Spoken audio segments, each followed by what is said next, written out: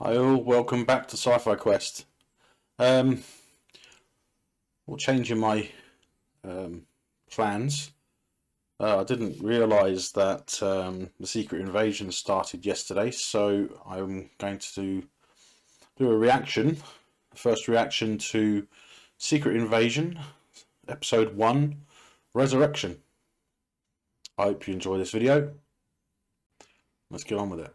Okay guys, I start off a bit negative, but but if you bear with me on this video, you'll see my opinion does change, um, and I hope you can see that. I hope you stick with me and bear with me on this video.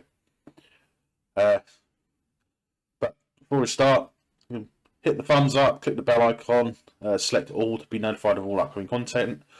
You can follow me on Twitter, Facebook. You can find me on Discord, and you can join my Patreon. It is now $2 a month, so it's not a lot. I'm not sure when I'm going to be putting any content on there soon, I hope. But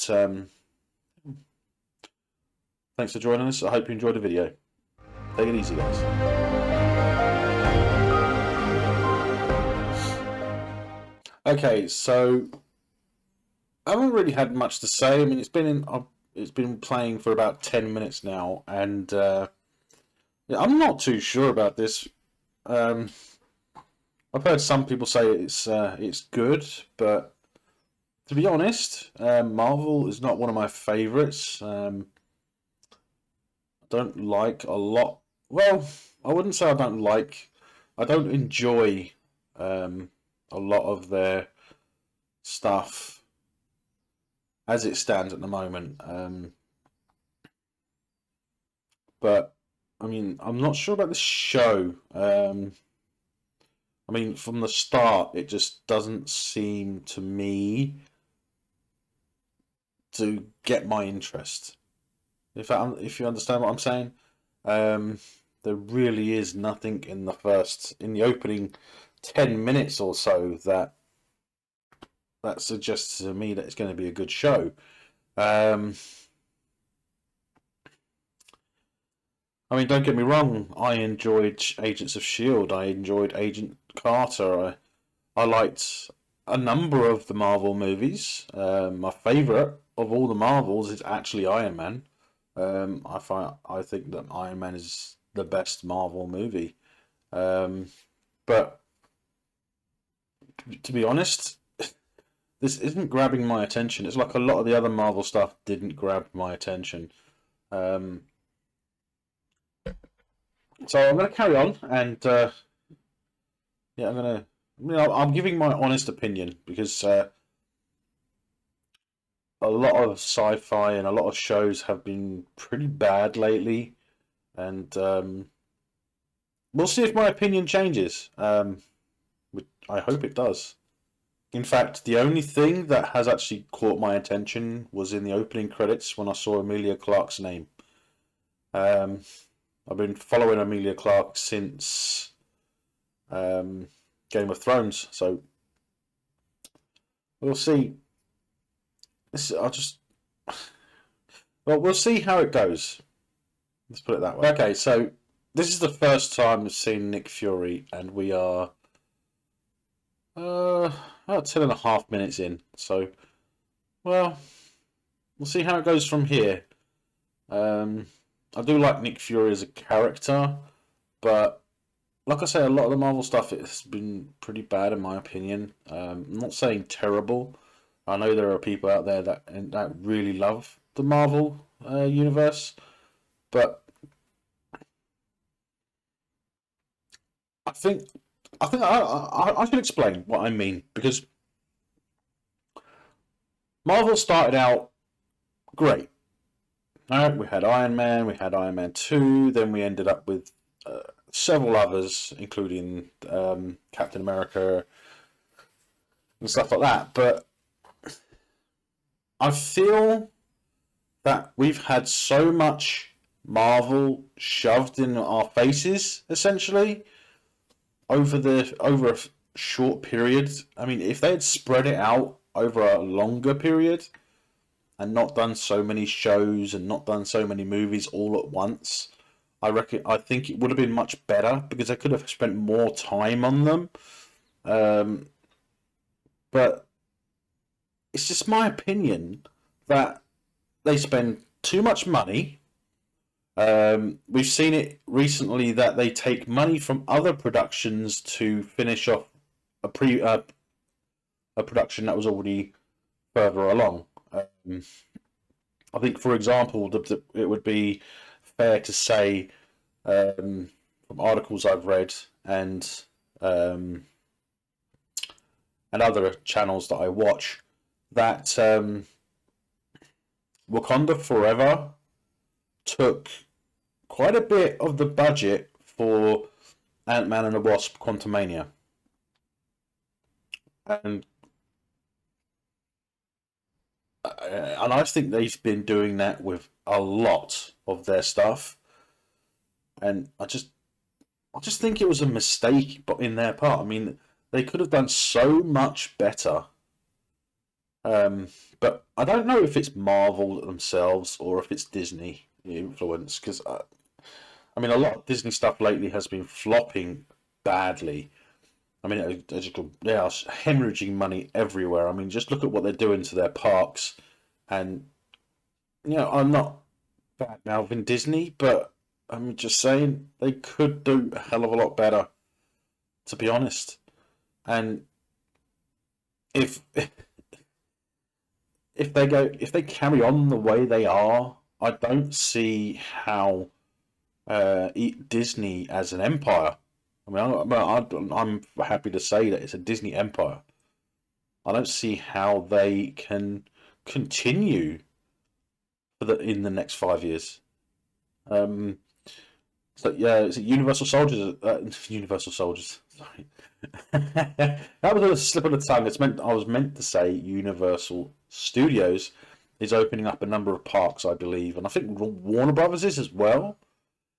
So, I mean, if they're able to open a park and advertise tickets cheaper, I think they're like 2/3 cheaper than Disney. Bearing in mind that Disney has lost billions just from opening a hotel and having to close it down. Uh, I don't know. I mean, a lot of people are probably going to hate this video, but I just think it's my job to give you my opinion. And I mean, if you don't like my opinion, that is fine. But it's just I can't lie about it. I can't fluff it and say, look, oh, this is going to be great, because I don't know until I've seen it. And this is a full 100% first reaction. I have not watched this yet. So, I mean, there are Marvel shows that I haven't even bothered to watch because I wasn't interested. Nothing drew my attention to it. The main thing that drew my attention to this is probably Jackson himself coming back as Fury.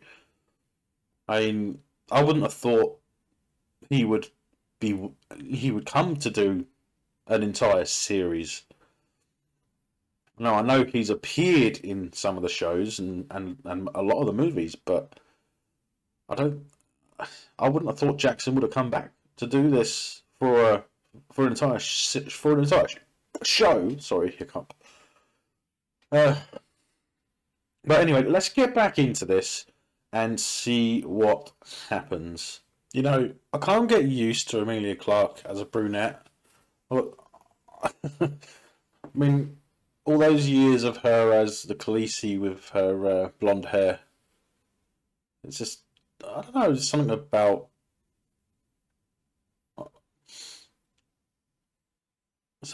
it. I don't know, I can't place it, but I just can't get used to seeing her as a brunette. I mean, not even since Terminator Genesis. Just, I don't know, it's just, I can't get used to it. But yeah, well, it's a bit drawn out this so far. Not a terrible amount has happened, and I can't get much of the idea of what the story is. I can understand that um, there are some rebel scrolls that they got to find, and they're in Russia because there's a lot of radioactive areas or something. But I don't know. There's still nothing to hold my attention, really. Okay, so they're kind of showing that somewhere in Russia they've found an area and they're settling it and they're calling it New Scrullus or Scrullus. Uh, well, I don't know. Uh, we'll see. Okay, so now apparently they're using technology, so not only do they take their faces, they can take their minds as well. Hmm, okay. Well, I guess this is all about starting a war between Russia and America. Hmm, okay. Okay, so it's starting to get a bit more interesting for me because it turns out that she's actually his daughter. Hmm. So that's Gaia. So that's the little girl from Miss Marvel, is it? Or sorry, Captain Marvel, not Ms. Marvel. I get them confused nowadays. But okay, I guess. I mean, did she disappear during the well at Endgame? Did she disappear and then come back younger? Because I mean, all thought she would be a bit older. But then scrolls live for hundreds of years, don't they? So I don't know, but it's starting to get a little bit more interesting. My opinion for myself, um, but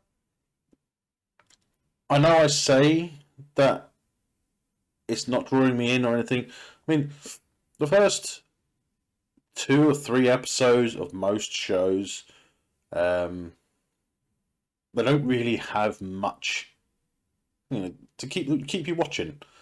Um, there's not many exceptions to that, but it's not like the old days. In the old days, I'm talking about when I was younger, like 90s, 80s, stuff like that, early 2000s even. Um, when we used to have longer seasons, we used to have like 20 plus episodes. It was different, and they could take longer to build the universe. Whereas, really, truly, I mean, with Marvel, they don't have to build a universe for a new show because the new show is in the existing universe, right? So, so when there's not much to show you what's happened leading up to this, then we find out that this is actually his daughter, and it's just okay, fine. But I can't even remember his name. I mean, I've only seen him in Captain Marvel. I've only seen him in this. I mean, I heard his name like 10 minutes ago, but it just doesn't stick in my head. But I don't know. But even so, I still can't get used to her as a brunette. I mean, seriously, I'm so used to her as a blonde when I first saw her in a show in something. So yeah, okay, yeah. So it's Tabos. So yeah.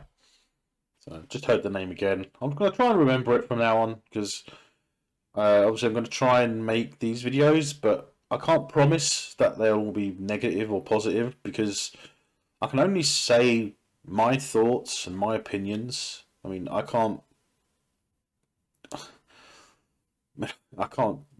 mention anyone else's opinions and anyone else's thoughts. So mean, this is all me. Yeah, it's all 100%, raw opinion, basically. I mean,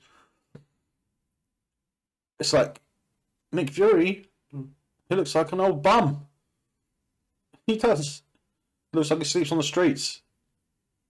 Well, what's with that look? I mean, we're so used to seeing him in that black leather jacket and with the eye patch and stuff. Seeing him like this, he looks like a bum. I mean, I'm not saying anything negative about him, but it's just, at some point in this series, is he going to end up having a shave? Is he going to put his eye patch back on? Is he going to put that leather jacket back on? That's Nick Fury, and at the moment, he just does not look like Nick Fury at all. He looks like a bum. I feel comfortable saying that because look at him. He does. No, I tell you what. I changed my mind. He doesn't look like a bum, right? He looks like an old fisherman. You know what an old fisherman looks like? A beard, the boonie hat. Sorry, not the boonie hat. I think the boonie hat has a brim, doesn't it?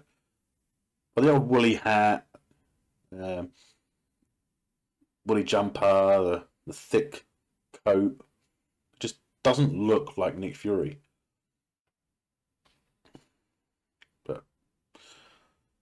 And he turned his back on Earth. Okay, fine.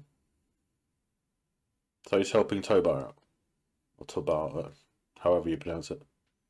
Okay. So we go back to when the blip happened and, Fury was basically blipped out of existence.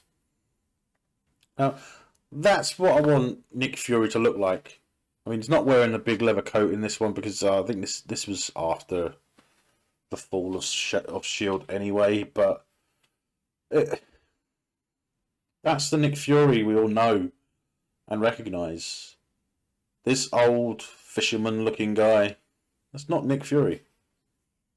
Well, I mean, it is obviously, but in my opinion, it doesn't look. He doesn't look like Nick Fury.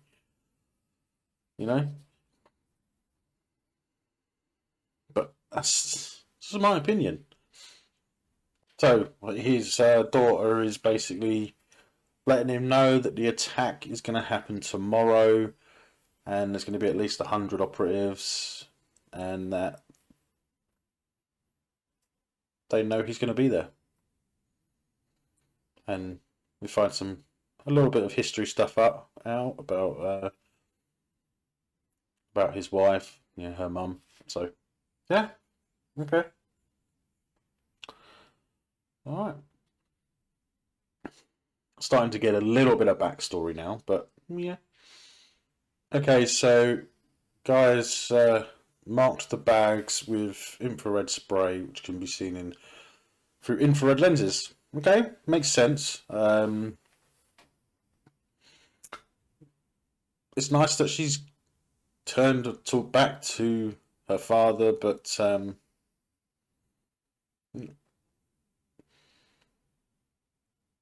lot of this is a bit slow, in my opinion. I keep checking to see how long's left in the episode. I'm sorry if this video has been a bit negative, but first episodes are tough because you never know what you're going to get. It's like Strange New Worlds, season 2, episode 1 was okay. It wasn't great, but it wasn't that bad. There were parts that were actually really silly, but I never judge by the first episode, but I can form an opinion based on that episode, and then later on my opinion may or may not change. I hope you're still watching, obviously. I don't believe there's long left. We have about just under 10 minutes left, so 9 minutes left. So let's see what happens in the next 10 minutes or so. Ah, so a little girl with that rainbow-coloured ball. I think that ball is actually representing something, and I'm not sure I like the representation. But anyway, uh, what significance is this anyway? I mean, is this little girl? This little girl must be a Skrull, right? So it turns out that when they found the bags, they turned out to be decoys. Okay, oldest trick in the book, really. But you know, was Gaia involved? Most likely. She certainly resents her father, so it's possible that she knew that they were not going to be there, or it's possible. But then it's also possible that she knew they weren't, that they were. You know, it's just one of those things. But it's one of the oldest tricks, bait and switch. So he's clearly holding the detonator out for anyone to see, and you'd think that someone trained as an agent would just shoot. You wouldn't hesitate. You see a switch. You clearly can see that the switch is not depressed. So he hasn't pressed the button yet. So it's not a dead man switch. I mean, just shoot him, basically. Why not? I mean, honestly, no. He just stood there and watched him push the button. He literally just stood there and watched him push the detonator, set the bomb off. Is that the dirty bomb that they've been trying to stop? Could be. Could well be, but it's hard to say. I won't know until the next episode, probably. Because there's not much left of this one. The second one went off. So there definitely was two. So maybe they just planted them and took the empty bags. Maybe they will, maybe not. 3 explosions. Interesting. But they're only following two bags, so where did the third one come from? Okay, so it looks like one of the Skrulls pretended to be Fury and shot her.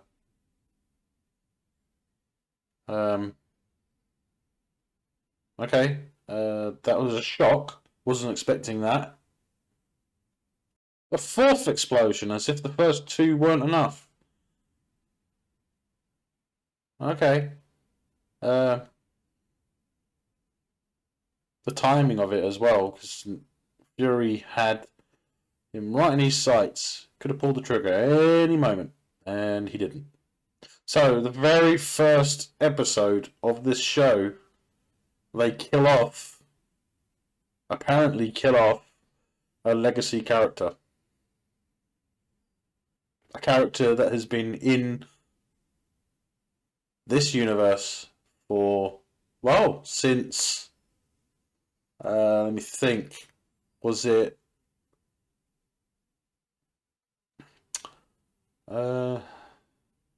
Avengers Assemble, or was it before that? I can't remember. But she's been in it a long time, and now it seems they killed her off. Killing off legacy characters seems to be a recurring thing these days, doesn't it? Okay, so excuse me. First episode. At the end of the first episode, they kill off a legacy character from previous movies, even shows. Is that a smart thing to do? Probably not. But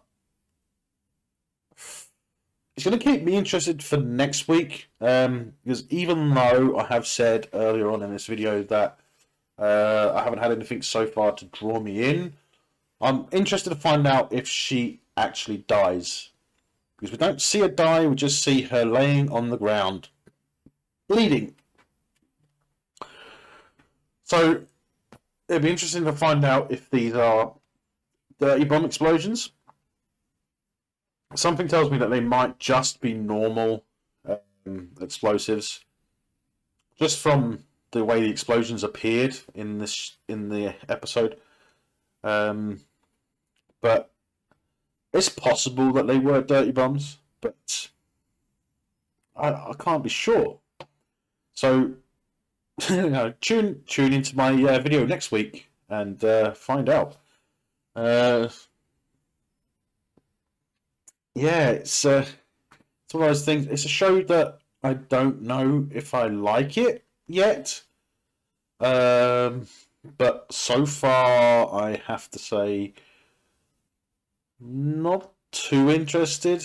But the only thing I want to know is what happens. What happens to her, and because she's laying there bleeding, and I would like to know if she survives or not. You don't see her pass away or anything; you just see her laying there. So yeah, it's going to be interesting to see next week. And please, if